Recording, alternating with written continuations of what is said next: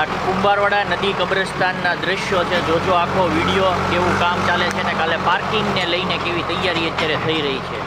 એ સર્કલથી આવતો રોડ છે અને આ કુંભારવાડાથી આવતો રોડ છે અને અહીંયા આગળ જે નદી કબ્રસ્તાનનો ગેટ છે જે તમે જોઈ રહ્યા છો ને અહીંથી અંદર જે પાર્કિંગની બહુ મોટી વ્યવસ્થા કરવામાં આવી છે. આગળ જે 3 નંબરનો ગેટ છે અને આ ગેટ છે અલ ફારૂકી ગેટ, આખરી મંજિલ નદી કબ્રસ્તાનનો જે કુંભારવાડાથી આવો 3જા નંબરનો ગેટ છે. બરાબર, અહીંથી તમારે એન્ટર થવાનું છે. હમણાં તમને બતાવીશ, અંદર કામ પણ ચાલુ છે. બરાબર, ગેટ નંબર 3 જે તમે જોઈ રહ્યા છો આ છે નદી કબ્રસ્તાન ભાવનગરનું. બરાબર છે, અને આ તમે જુઓ છો ગેટ છે. આવતીકાલે જે શબે બરાત છે, શબે બરાતને લઈને અહીં જગ્યાએ તમામ વાહનો જે છે એ પાર્કિંગ કરવામાં આવશે. તો તમામ જે મુસ્લિમ સમાજના લોકો ભાવનગરના જે જોઈ રહ્યા હોય તેમને ગુજારિશ છે કે અહીંયા આગળ તમામ પ્રકારના જે વાહનો છે તમારા 2 વ્હીલર છે એ તમે પાર્કિંગ કરીને અહીંયા જે કસ્બાની ટીમ જે કાર્ય કરી રહી છે એને તમે સહયોગ આપી શકો એમ છો. આ જે દ્રશ્યો તમે જે જોઈ રહ્યા છો ભાવનગર જે નદી કબ્રસ્તાનના છે, નદી કબ્રસ્તાનની અંદર જે અત્યારે જે કામગીરી ચાલુ છે અહીંયા આગળ